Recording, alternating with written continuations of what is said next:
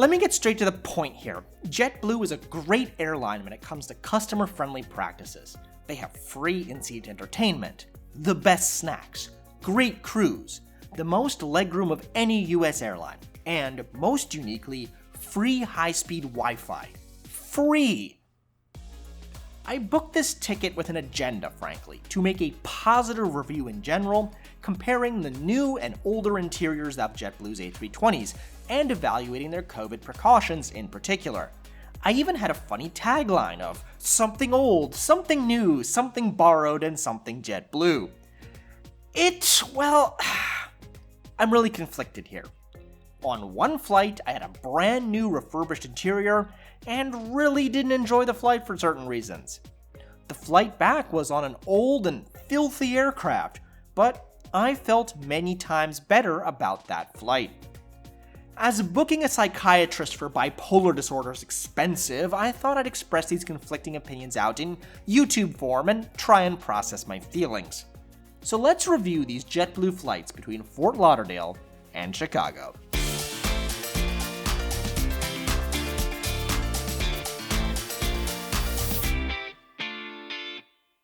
It's worth mentioning the price of this trip, $74 round trip.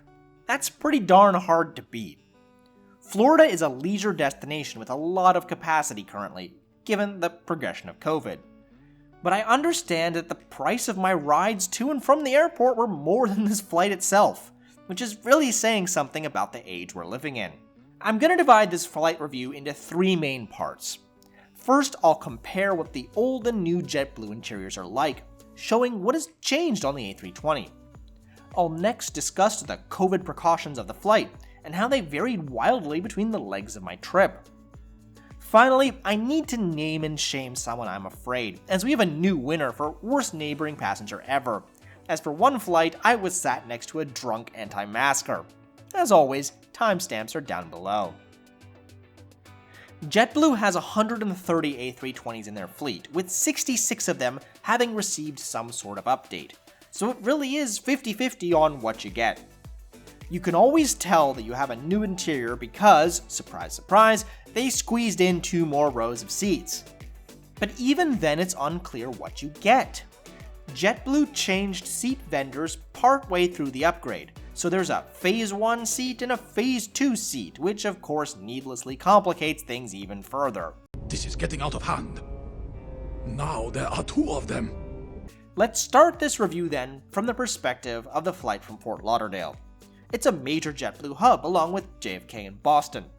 The terminal was fairly empty, and while there is a Priority Pass restaurant near my gate, the reviews were so poor I paid for my own Mexican food instead. Ouch. Our inbound aircraft came in from Havana and taxied down this odd ramp to the gate.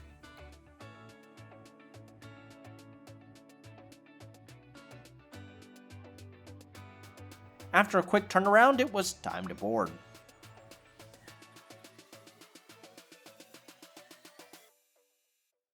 The impressions on boarding were striking. It's an older plane, but it checks out. They just don't make seats like this anymore. They are wide and very well padded. And the legroom, my god, 34 inches. That's enough to get back to your window seat without making the other passengers get up. When was the last time you ever saw that? Unfortunately, there's the issue of cleanliness. JetBlue claims it's great. At the beginning of the pandemic, we increased cleaning and sanitizing of our aircraft before every flight and during overnight deep cleans. Well, you tell me, I guess. The window was also incredibly scratched, as if the plane had survived being attacked by a griffin or something. The in-seat entertainment, well, at least there is some, though on a tiny old 5.6-inch non-touch enabled screen. 37 live TV channels. Fortunately, there is the same free fast Wi-Fi as the newer interiors. Occasionally it would give out, but I was able to have a client call over Microsoft Teams with Singapore, India, and Vietnam on one of my flights, and stream YouTube videos on both, so that's really saying something. The in-flight map, however, may have needed a little help. By contrast, the Phase 2 interiors are incredibly different. The seats are still very wide, 18.4 inches, and legroom has been reduced to 32 inches, which still makes JetBlue tied for best US airline. The seats, while slimline, did have a fair bit of padding, though nowhere near as much as the old seats. Still, they were more comfortable for me than the newest American or Southwest seats. Each seat has full and USB power. But the real story is the in-seat entertainment. It's a huge 10.1-inch screen with a bright and beautiful touch display. 16 times the detail. First, it greets you by name. Yeah, blurring that bit out. You can log in with your TrueBlue account and pair your phone to use as a remote, though I didn't bother. There's now 100 live TV channels, huge collection of TV shows on demand and movies, plus the free high-speed Wi-Fi. So I'll go ahead and say it. JetBlue has the best in-flight entertainment offering I've ever seen on a domestic flight. Period. You have no excuse not to be entertained. Are you not entertained? And this is such a stark contrast in experience and overall vision of the customer experience to American, United, and Alaska that are tearing out these in-seat entertainment screens in favor of using your phone. Do you guys not have phones? Yeah, you guys all have phones, right? The moving map is also great and incredibly versatile, and can be picture-in-picture while you watch other content. In short, the new JetBlue interior is fantastic, and from a pure customer experience, checks all the boxes. Only Delta's A220 has 0.2 more inches of width, and you don't have middle seats on one side of the plane. But in every other way, JetBlue is a better experience than Delta. And JetBlue is getting their own A220s this year, so when that happens, that will definitely be your winner. So that's it, right? JetBlue is fantastic, go fly them, like and subscribe, and we end the video. Well, no, not at least right now. Let's talk about COVID precautions. I'll break it down to the following categories: seat blocking and allocation, boarding, in-flight experience, and deplaning. JetBlue began the pandemic by blocking middle seats. However, they quickly reverted to booking to 70% and finally 100%. I know that when this video goes live, only Delta will still be blocking middle seats, but I have criticized United and Southwest for this practice, so I have to be consistent. I'd also like to highlight the allocation of seats to encourage space. Every Alaska flight I have taken, the gate agents have assigned extra legroom seats and exit rows to encourage social distancing. On JetBlue, while one announcement said they had tried to space everyone out, there was only a single person for all of the exit row seats by the wing, and the flight attendants policed self-upgrading harshly. I get that people pay extra for these seats, but I think in the age of COVID, space should at least be a factor when determining where people sit.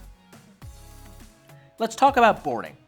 On my flight to Fort Lauderdale, it wasn't that great. The plane is boarded from the back to the front, though the website happily will sell you early boarding, which is a lie. Do I have a better way to go about it? Yeah, like first of all, you need to quit lying. I know. Let's start right there. Despite the pleas of the gate agents, people bunched up in both the gate area and on the jet bridge. I know it's hard to do, but Southwest managed to board perfectly, so I know it is possible.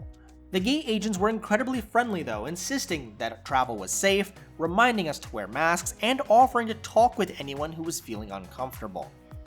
A sanitizing kit was also available for pickup as you boarded. On my flight from Fort Lauderdale, I was in the first batch of rows called, and I waltzed onto the plane without issue. Guess I recommend sitting in the back. What about the in-flight service? Well, there is a more limited offering, with a pay hummus box and limited Pepsi products, regular diet ginger ale, orange juice, water, and seltzer. No alcohol was available for purchase. JetBlue's snacks remain the best in the nation, with Cheez-Its, popcorn chips, and cookies. Deplaning varied. We were reminded to socially distance and deplane by row on my flight from Fort Lauderdale.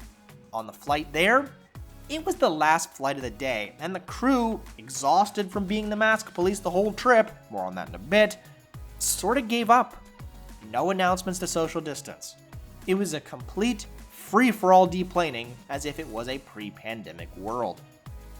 I'll do a full wrap-up video shortly, but JetBlue unfortunately was inconsistent in their COVID procedures, and I have to put them towards the bottom of the list, right next to United. Oof. So that's the video, right? Well, there's one more thing to address. Being on a flight next to an anti-masker.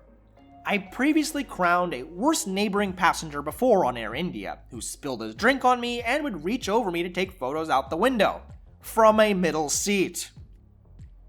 But let me introduce you to Greg. Yes, no face blur, real name. You asked me twice to remember your name, Greg. Oh, boy did I. I could talk about the scantily clad woman that was your phone wallpaper who was of questionable legal age, or the racist and sexist comments you made, or the fact that you got drunk off your own alcohol in violation of FAA regulations, or the fact that you tried to take a nap in the exit row seats not once but twice, and when asked to move back to your seat in your drunken stupor lost 2 provided face masks. But I don't need to talk about that, because you, sir, are an anti-masker and made that clear.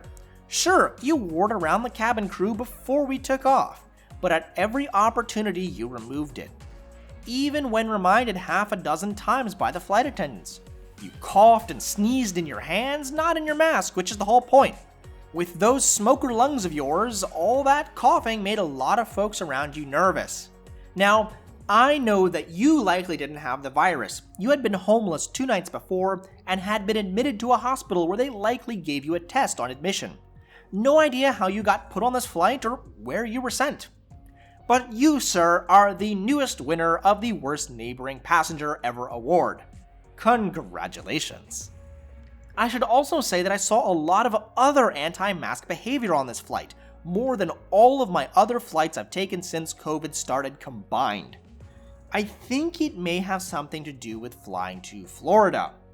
Florida is, well, there are stories of what happens there. It's true. You're very angry. All of it. So that's this rather non-standard review of JetBlue's A320 during COVID. I guess our next therapy appointment is in 2 weeks? Good, go ahead and subscribe so you don't miss it. And I'll see you on the next one.